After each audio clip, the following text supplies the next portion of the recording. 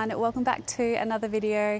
I'm outside in the garden today and I am going to bring you along with me for a little garden with me style video. I've got quite a few jobs that I want to get done in the garden, both this afternoon and probably tomorrow morning as well.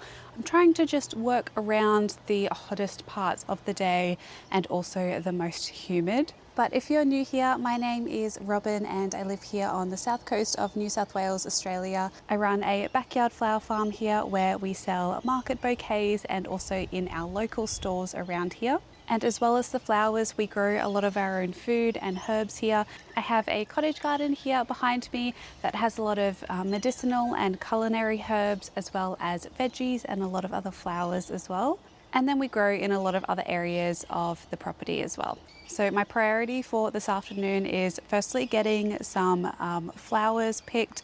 I have an order this afternoon where someone is just wanting some loose flowers to decorate a cake with. So I'm going to pick a few out of this garden behind me, and I've already picked like a bucket of zinnias and dahlias to use as well. But I'm actually going to rewind to this morning when I was doing a few jobs in the garden, and then I'll continue that voiceover for a lot of this video, probably just so that I can get the work done.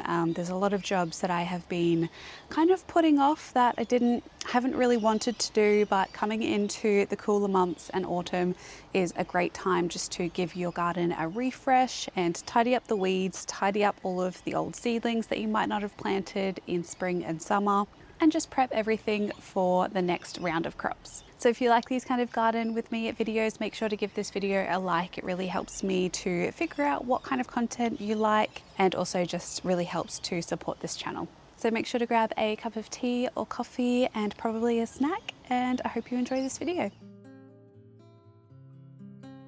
So the first job that I wanted to get done even before I had my breakfast, because I just wanted to get it done and out of the way, was to just organize all of the leftover seedlings that I have. I actually have heaps of dahlias that I haven't planted, and I have lots of pots that were just filled with the soil that either the plants didn't make it or I didn't end up planting it with a seedling. So I just tried to organize it into this one here, which was all of the ones that I needed to plant. And then I've got this one here, which is all of my dahlias that I still might plant, but I'll see how I go, not necessarily to get flowers, but more so to just grow the tubers to then be able to divide them. I'll see how I go. But yeah, I had a lot of other pots that were just like empty. They didn't have any seedlings in them. So I wanted to come over here and empty all of the soil into my little garden cart and put a little bit more life back into the soil to be able to use this as potting mix and also a seed raising mix.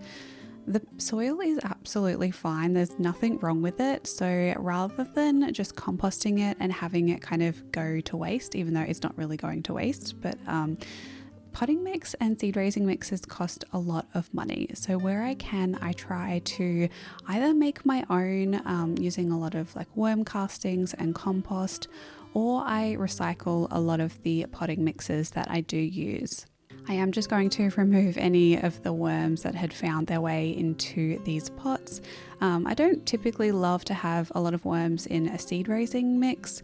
It can just kind of disturb the soil a little bit. So I was just taking these little guys out and popping them back in the garden somewhere.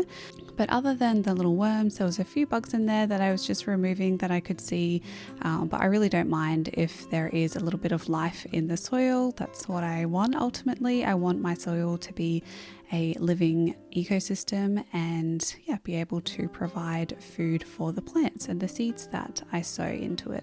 I also had this massive tray here, you can see, of all of these pots that I didn't get around to planting these. They did have seedlings in them. I think they could have either been larkspur or snapdragons from like probably close to a year ago, and this is just the reality of having a flower farm when you have so many different seedlings to plant. And if I miss a window, whether like the weather is not great or I'm not feeling good, I really just kind of push a lot of things to the side. I try not to, but in reality there's always things that I don't end up planting, and sometimes they do go to waste, which is really heartbreaking when you've put so much time into sowing seeds, also just buying all of the seeds to sow and then having them all ready to plant, and then I don't plant them, but it's just what happens. I am really trying to get better at it, and that is one of my goals for this year, to be a little bit more organized. So here I was just rearranging everything so it's ready to go when I want to propagate some seedlings and pot them up into these pots ready for the flower farm. But coming back to the afternoon now, when I was actually filming that intro, I just wanted to pick some flowers for an order, and I'm just adding a few extra stems of calendula into this order because I had a lot and they are edible, so they look really beautiful on cakes as decoration. So I am going to pick some of these. I was struggling though to strip the leaves off the stems, and sometimes you'll see I try and do that like here, and the flower comes off. You need to be really gentle when picking calendula and a lot of flowers really, and when you're just getting in the zone and picking a lot of stems at once, it can be hard to be delicate, but I was trying my best here. Calendula is something that I love in my cottage garden, and it always just self-seeds naturally, so I don't actually ever plant a lot of calendula. It just comes up and is a great filler for those spaces in the cottage garden where I don't really have anything planted, and the bees and the pollinators love them. This is the feverfew, just some short little stems that I picked from down near the flower farm area at the back of the property. And I'm also just picking some Westringia. This is a coastal rosemary. It's not actually, like, it doesn't smell like rosemary. I think it's just called that because it looks like it. And this is one of my favorite plants to have as a filler for making my flower bouquets, and also just one of my favorites for a cottage garden. They're really easy and simple to maintain. They really don't need any attention at all, and they look beautiful and create that nice silvery green foliage that I really love in a cottage garden. So here I am just putting the order together. I have a few little bits of greenery, not necessarily to put into the cake. She might just use them on the side or in little vases to decorate around the cake. But I did include some edible flowers that can be kind of placed around the cake without having to worry about them. So I've got some feverfew, that calendula.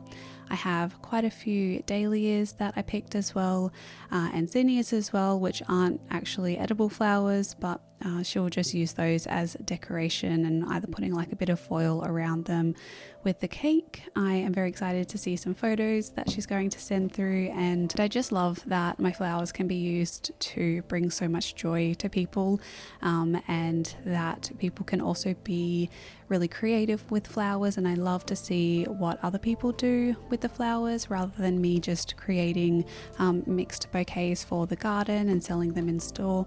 I love that a lot of these flowers can come from both my cottage garden and the flower farm to bring joy and just make people happy.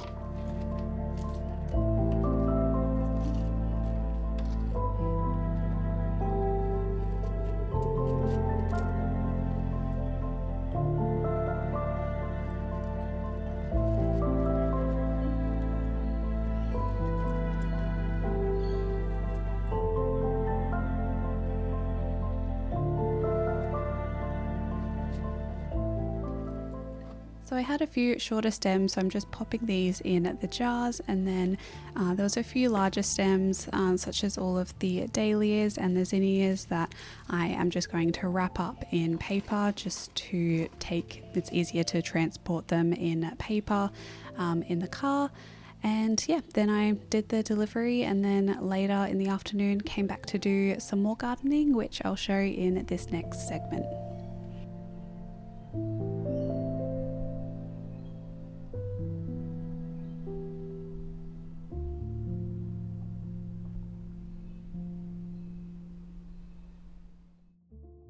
So after I got back home, I'm just finishing off this job with the soil that I had taken out of all of those little seedling trays, and I'm just adding a little bit of blood and bone to this mixture. I got given a really large bag of this, so I'm trying to just use it up here and there, and this is just going to add a little bit extra nutrients into the soil. You really don't need to do this if you're using this as a seed raising mix, because technically a lot of seed raising mixes don't need to have a lot of nutrients if they're just germinating the seeds. But I am probably going to use this as a potting mix to either take some cuttings or pot up some other plants as well. So just for ease of use, I am just adding a little bit in here to add a little bit of nutrients, just because a lot of this soil is quite old and has been sitting outside for like almost a year or so, and a lot of the rain has probably leached out some of the nutrients that it had originally. So yeah, that's kind of why I'm choosing to add a little bit more, and it still was fine in terms of drainage. It has a lot of perlite in it still, so I was happy with that.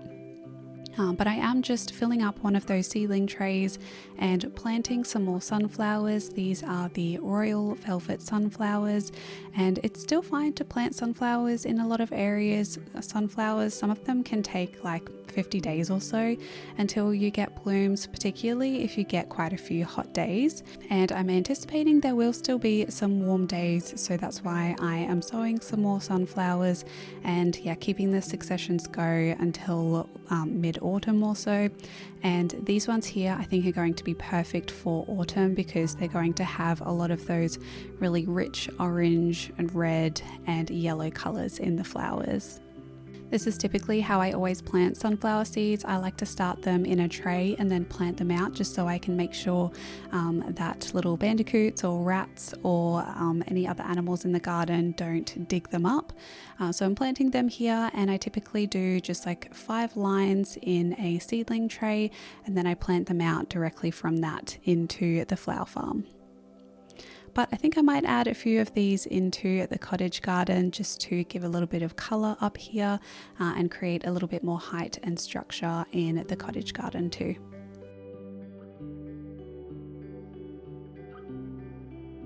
Next, we actually did a little bit of a photo shoot for something very exciting that is going to be coming very, very soon. And I actually used one of these photos in the thumbnail because I was just in love with how the garden looked. It looks so lush and green at the moment.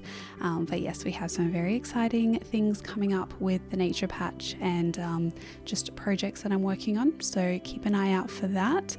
But after we did some photos, I wanted to do a bit more of a tidy up in the cottage garden. And one of those plants that really needed a cutback was this catnip here. This is again one of my favorite plants to have in the cottage garden, just because it attracts so many pollinators. I really love the smell of it. It looks really, really beautiful with all of the beautiful pink flowers that it gets. But it does need to be regularly maintained. So after the flowers are spent, I do like to give the whole plant a really harsh cutback. This looks very dramatic, but I do this every year and I am really rewarded whenever I do so, because it just comes back to life and looks really healthy. So yeah, if your flowers are looking a little bit spent on your catnip, it might be the time to give it a trim back. I know it looks really sad and dramatic, but I promise you it will come back and it'll look better than ever. So I'm gradually actually going to do this to a lot of plants in the garden that I'll share over the coming weeks, like my lavender and a few other flowers that I have, but I just wanted to show you this one here and how I cut it back. I'm also going to go around to all of my zucchini plants and just trim off all of the really sad looking leaves. I've said before, but this year has been so humid and it's been a real big problem for powdery mildew. You can see these leaves are not looking healthy at all, and I really want to make sure there's a lot more airflow for the zucchini plant. It's really good to do this for zucchinis and cucumbers to make sure that you have airflow through the plant. That reduces the risk of having a lot of powdery mildew. Thankfully, we've had a lot of ladybirds around helping to manage this, but it does need a little bit of a helping hand every now and again. It also just makes the plant look a lot neater and tidy, and it just trimmed up around the pathway as well.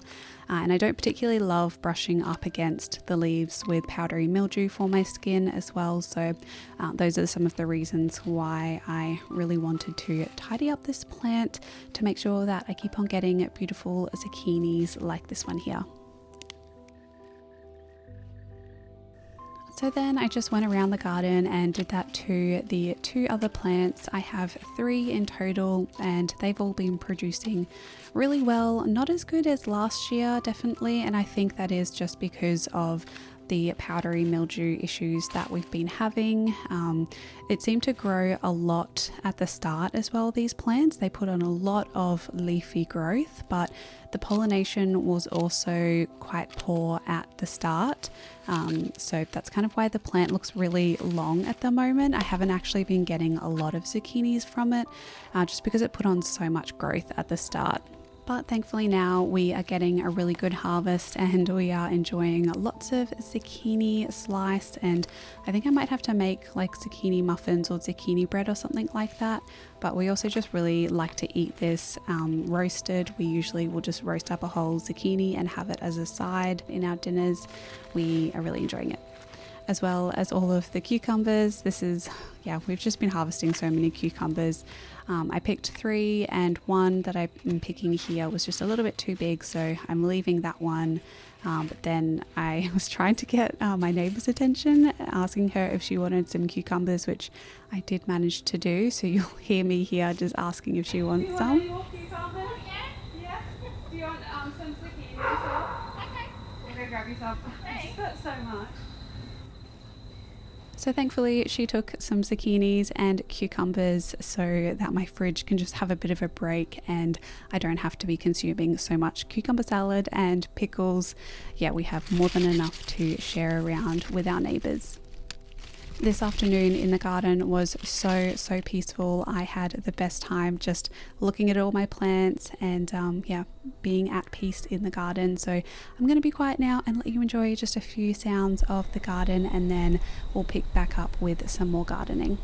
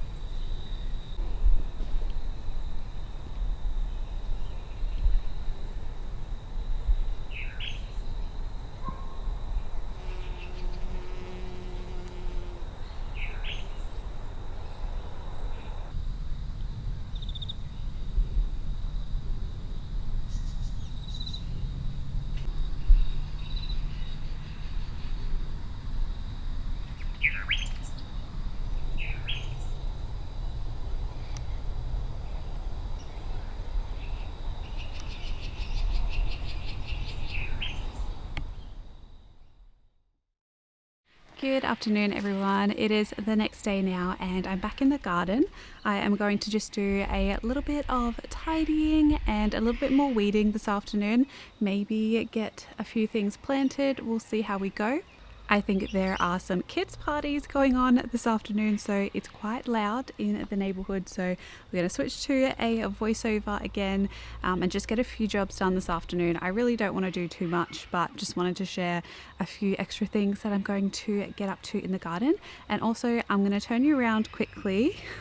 And I'll just show you how my seedlings are going. I planted these seeds and sowed some seeds 2 videos ago, so I'll turn you around and show you how they're all going. So here are all of the carrots. I planted these in one of the geofelt planters from Aussie Garden Store. I'll have this linked in the description box, but you can see all of the carrots are sprouting now. And then I did plant the other side with cosmic purple carrots. I planted those about 3 days ago, so they won't be up yet, but they're all looking really good, the ones that have sprouted. And then I have a few over here. I've got some purple sprouting broccoli that has come up, the silver beet, one of the leeks, the American flag leek is yet to pop up, but I'm going to leave these for another week or 2 and then I will show you in a future video how I'm going to pot all of these up. But yes, I wanted to just include a little update on how some of the veggies are going. And yeah, I think I might plant a few more over the next week. So the first area that I wanted to tidy up this afternoon was this area here of the cottage garden. It has just been overrun with weeds and yeah, it really needed a tidy up. I'm not 100% sure what this plant is that I'm pulling out. I know it's not wanted in this area. I have a feeling it could be creeping mallow, but let me know if you recognize the plant. It's not like a native dichondra that I know of. It just seems a little bit different to the ones that I have elsewhere in the garden. But yeah, it needs to go from this area. I did have some volunteer tomatoes popping up. These are the Thai pink egg tomatoes, and you can kind of see why they're called Thai pink eggs, because they look like little eggs, and this is the blush color that they turn when they're ripe. I can also pick them like this one here, which is starting to turn color and starting to get a bit of that blush color on it, and that will ripen inside. But yes, I really needed to tidy this area up. I think what I'm going to do is just remove all of this weed from this area, and then I might just cardboard it to really make sure that it's not going to be a problem again. And then I think I might actually plant my broccoli in this area. I think it'll be a nice kind of feature as well. Broccoli, because I am not going to be harvesting it for a while. It takes quite a few months to grow. I don't mind this kind of being at the very back of the cottage garden because I'm not going to be tending to it really regularly like I would like herbs or greens or something like that. So I think that is where I'm going to plant that. And this is what this area looked like when I had finished clearing. Again, I will cardboard it and probably mulch it as well. I did find a dahlia that I'd planted here as well. I had no idea that it was in here. So that was a good find, and I can maybe divide the tubers from it. We'll see. But there's so many tomatoes on this plant, so I left this one in here and I'll remove it before I plant the broccoli in here. And then I'm just coming over to the front part of the cottage garden and giving a bit of a tidy, taking out some of the extra calendula plants. And I just have strawberries in this garden and they're going everywhere. I really don't want to plant strawberries in the cottage garden again. I'm going to remove these eventually and put them in raised beds. But I did have a few dahlias in here that were very small, but just because of all of the other plants around them. So I wanted to give them some space. I then wanted to move over to the pathway and just maintain it a little by just trimming all of the plants that were falling onto the pathway. I want it nice and clean so that I can see where I'm walking. We sometimes have friends with kids that come over, so I just want to make sure that this garden is kid friendly, and also I like to know where I'm stepping just in case there would be snakes in the garden. I haven't seen any, but just in case, I want it to be nice and visible. And then I'm removing some of that same plant that I was removing earlier from the area where I was tidying up the zucchini plant. This was pretty easy to pull out. I had heavily mulched this area as well, and the mulch really helps to just make weeds so much easier to pull out of the ground. So this was a very easy job to tidy up this area. And then I decided to just take a few lavender cuttings. I would like a few more lavender plants around the garden, and also I can sell these at the market. So I'm going to try and build up my lavender plant stock in my little nursery that I have at home. So I'm just trimming some of these, and I am just trimming these on the softwood rather than the hardwood. I'm going to see how this goes. Usually I would trim on the hardwood at this time of the year, but this is just going to be an experiment and see how it goes. I've propagated lavender so many times at pretty much all year round except in the dead of winter, and it's grown really well for me. And I also thought I would propagate some of this rosemary here. I've been using rosemary in floral arrangements and it's been looking amazing. I've really been liking it, and I think I would like at least 4 or 5 more rosemary plants planted around the property. It grows so well here, as does the lavender, because we are pretty much a Mediterranean temperate climate, so they really enjoy the climate here. So I really want more of them because they're plants that I don't have to do a lot with them, I don't have to maintain them, and they look really beautiful and do have that cottagey vibe as well. So I'm just removing the bottom leaves and making sure that there's not too much foliage attached, because I want the plant to put all of its energy into producing roots rather than keeping all of the leaves nice and hydrated. So that's what I'm doing with both the rosemary and lavender, and popping it in some pots, and I will keep you updated on how these go. I'm not too sure how they'll go, but we will see, and I will let you know.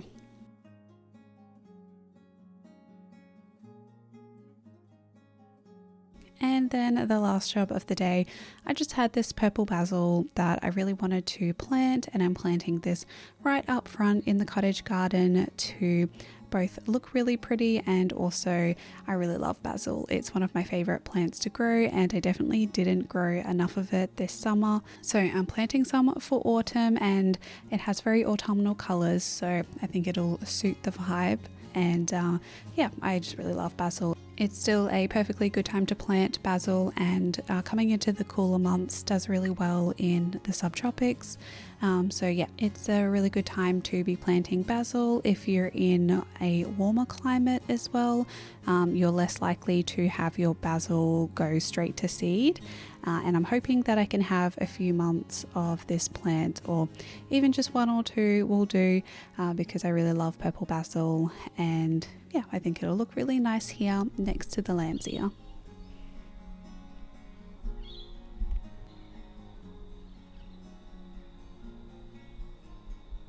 Right, I think I'm going to finish up the gardening here and go inside and have some dinner. But thank you so much for watching this video. I really hope you enjoyed it, and if you did, make sure to give it a like and subscribe for lots more garden content. And if you do want to see extra videos, I do have a Patreon channel if you want to see extra videos over there. But thank you so much for watching this video. I hope you're all having a lovely day wherever you are in the world, and until my next one, happy gardening everyone. Bye.